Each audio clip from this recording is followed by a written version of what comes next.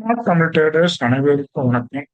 இன்றைய பங்குச்சந்தை காலையில இருந்து எடுத்துக்கிட்டீங்க அப்படின்னு தொடர்ச்சியா பார்ப்போம். காலை சந்தை ஆரம்பத்துல இருந்து HDFC பேங்க் மற்றும் ஆக்சிஸ் வங்கிகளின் காலாண்டு முடிவுகள் எதிர்பார்ப்பை எட்டாதது. சந்தை ஆரம்பத்திலே கடுமையாக சரிவை சந்தித்தது.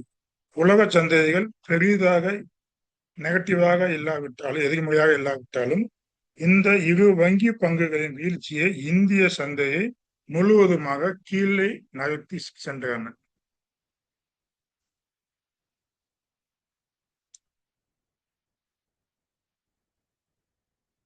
நிப்டியானது 24,142 புள்ளிகள் வரை கடுமையாக சரிந்து நாள் முழுவதும் காலையில இருந்து மதியம் முடிய மிக குறைந்த விலையில ட்ரேட் ஆகிட்டு இருந்துச்சுங்க.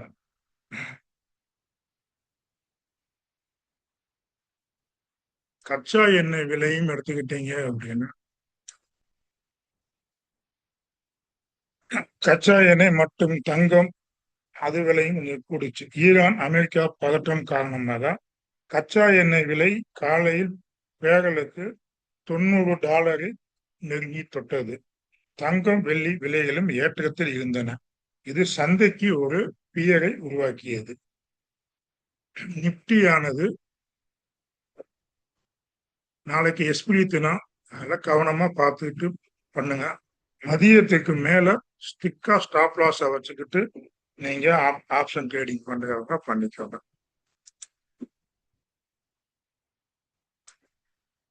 நிப்டியானது ஸ்பாட் விலையை விட பீச்சர்ஸ் பிரீமியம் அதிகமாக இருக்கு.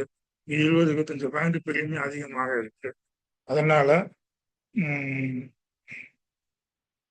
மேலே செல்ல வலுவான உந்துதல் இல்லாததால் இந்த பிரீமியம் எஸ்பிரி தினத்தில் நாளைக்கு வேகமாக கரையும் ஆபத்தும் இருக்கிறது. எனவே அவசரப்பட்டு லாங் எடுப்பது ஆபத்தானது. மதியத்திற்கு பின் போக்கை பார்த்து நிப்டியுடைய போக்கை பார்த்து ஸ்டிக்கா ஸ்டாப் லாஸ் பற்றி செயல்படுவதே மிகவும் நல்லது.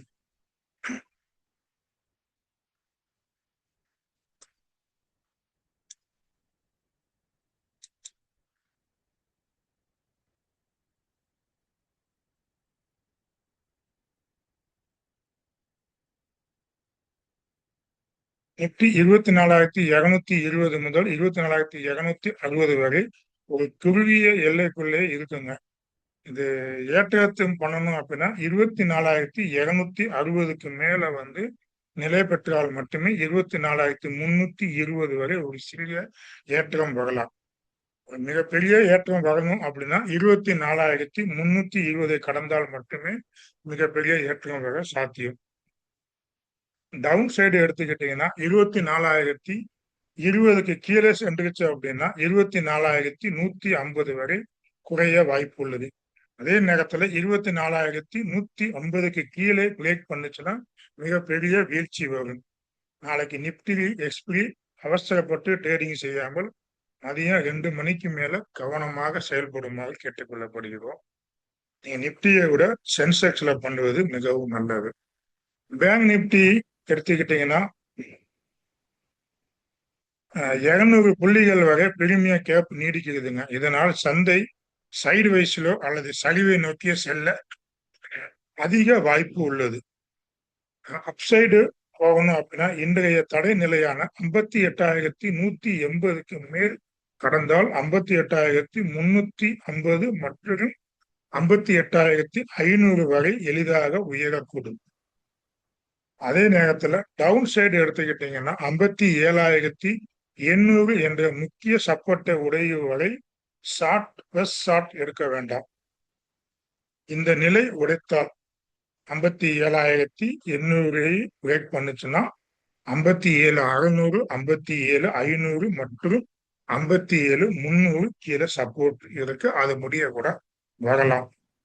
சென்செக்ஸ் எடுத்துக்கிட்டீங்க அப்படின்னா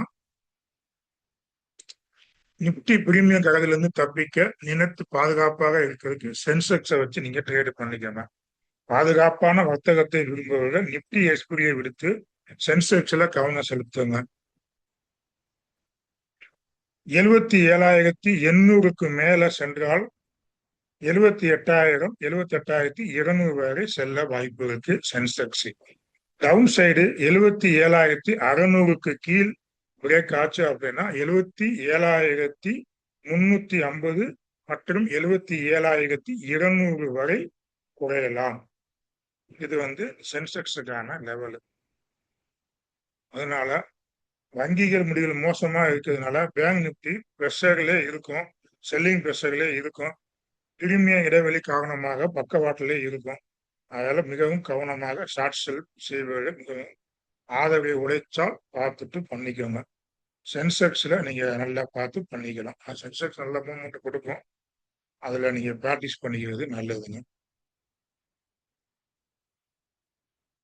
இன்றைய நிப்டியானது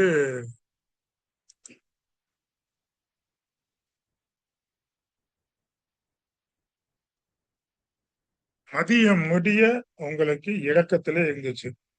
12:50 முடிய கடுமையான சரிவு 24,142 புள்ளிகள் வரை சரிஞ்சது. மதியம் 1 மணிக்கு மேல திடீர்னு ஒரு திருப்பு முனை வந்துச்சு. என்ன அப்படின்னா, ஈரான் அமெரிக்காவுடான 9 நாள் நேரடி தாக்குதலுக்கு பிறகு தூதரக நாடுகள் மூலம் சமாதான பேச்சுவார்த்தை திட்டத்தை ஏற்றுக்கொண்டதாக அறிவித்தது.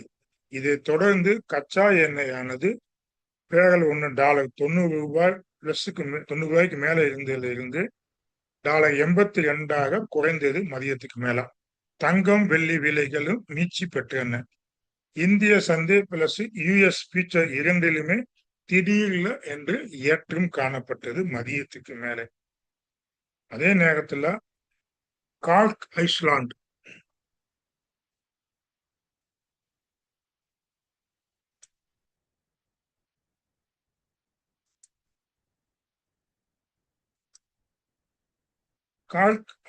கார்க் தீவு பகுதியை அமெரிக்கா தரவழியாக ஆக்கிரமிக்க முயலாம் என்ற தகவல்கள் பரவி உள்ளது. அப்படி நடந்தால் தடுக்க தயார் என ஈரானானது எச்சரித்துள்ளது. இது இன்னும் தீராத ஆபத்து காரணி. ஏதோ நடக்குது.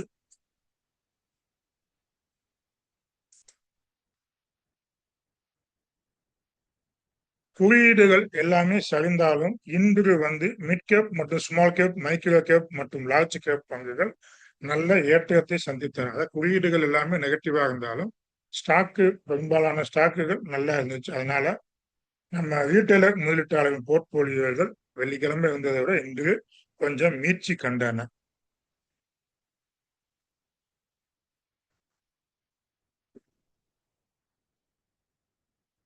இன்று இல்லை, நாளைக்கு தேதி 21 ஜூலை நாளைக்கு அதை இன்றுன்னு போட்டாச்சு.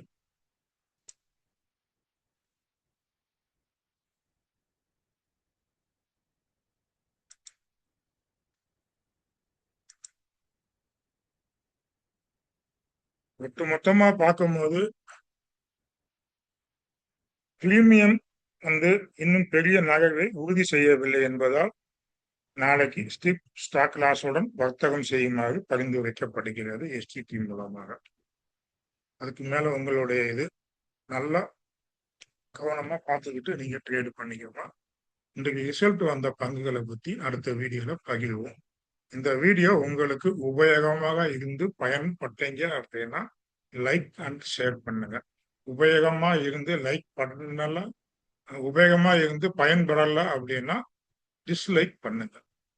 அதனால ஏதோ ஒண்ணு பண்ணி விடுங்க. வாழ்க வளத்துடன். அதனால எப்பவுமே நம்ம ஒரு வீடியோல மேக்ரோ எக்கனாமிக்கை போடுவோம், அப்புறம் உள்நாட்டு எக்கனாமிக்கை பத்தி போடுவோம். அதாவது உலக சந்தையினால ஜியோ பொலிட்டிக்கல்னால நம்ம நாட்டு எக்கனாமிக்கு என்ன பாதிப்பு வரும், அப்ப நம்ம நாட்டுடைய நிறுவனங்களை பத்தி பார்ப்போம்.